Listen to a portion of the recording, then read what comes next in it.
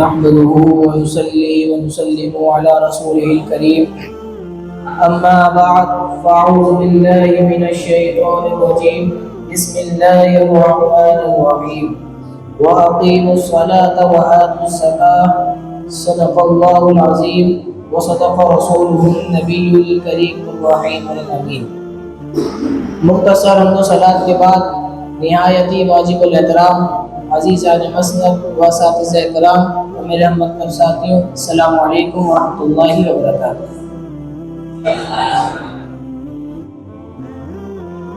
الحمدللہ بزم طوبہ کی جانب سے آج مجھے جس موضوع پر لب کشائی کرنے کا موقع مل رہا ہے وہ ہے نماز۔ اللہ تعالیٰ نے قرآن مجید و فرقان حمید میں تقریباً 700 مقامات پر نماز کا ذکر فرمایا ہے، جس میں سے ایک آیت مبارکہ جو مجھے پڑھنے کا شرف حاصل ہوا وہ ہے وَأَقِیمُوا الصَّلَاةَ وَآتُوا الزَّکَاةَ، اور نماز قائم کرو اور زکوٰۃ ادا کرو۔ اور ایک اور جگہ ارشاد فرمایا إِنَّ الصَّلَاةَ تَنْہَىٰ عَنِ الْفَحْشَاءِ وَالْمُنکَرِ، بے شک نماز بے حیائی اور برے کاموں سے روکتی ہے۔ تو اس سے یہ معلوم ہوا کہ جو بندہ دل سے نماز پڑھتا ہے وہ گناہوں سے بچ جاتا ہے، وہ بری چیزوں سے بچ جاتا ہے۔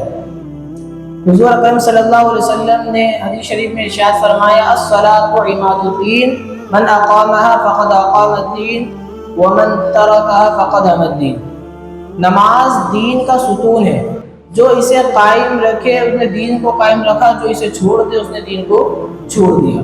اور ایک اور جگہ ارشاد فرمایا بین العبد و بین الکفر ترک الصلاۃ، بندے اور کفر کے درمیان نماز چھوڑنے کا فرق ہے، یعنی جو کافر ہیں وہ بھی صبح اٹھ کر کام دھندا کرتے ہیں اور مسلمان بھی کرتے ہیں، بس فرق اس چیز کا ہے کہ وہ نماز نہیں پڑھتے اور ہم نماز پڑھتے ہیں، لیکن افسوس تو اس چیز کا ہے کہ مسلمان ہو کر بھی ہم نماز نہیں پڑھتے۔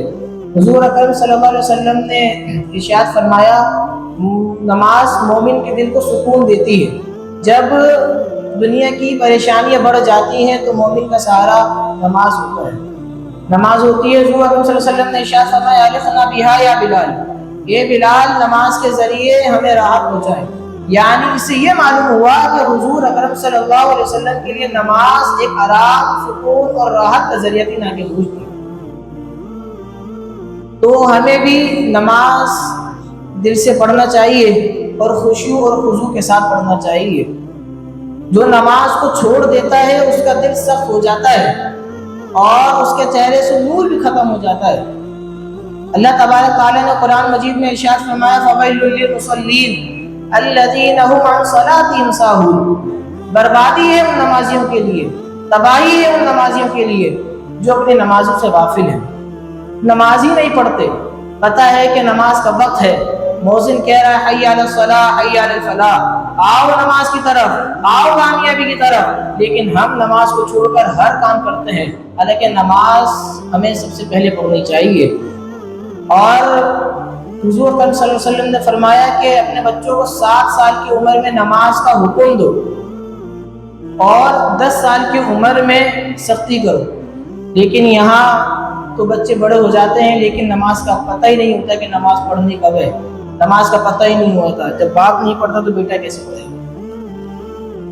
اللہ تبارک تعالیٰ سے دعا ہے کہ اللہ تعالیٰ ہمیں 5 وقت نماز با جماعت اور وقت پر ادا کرنے کی توفیق عطا فرمائے۔ وآخر دعوانا ان الحمد للہ رب العالمین۔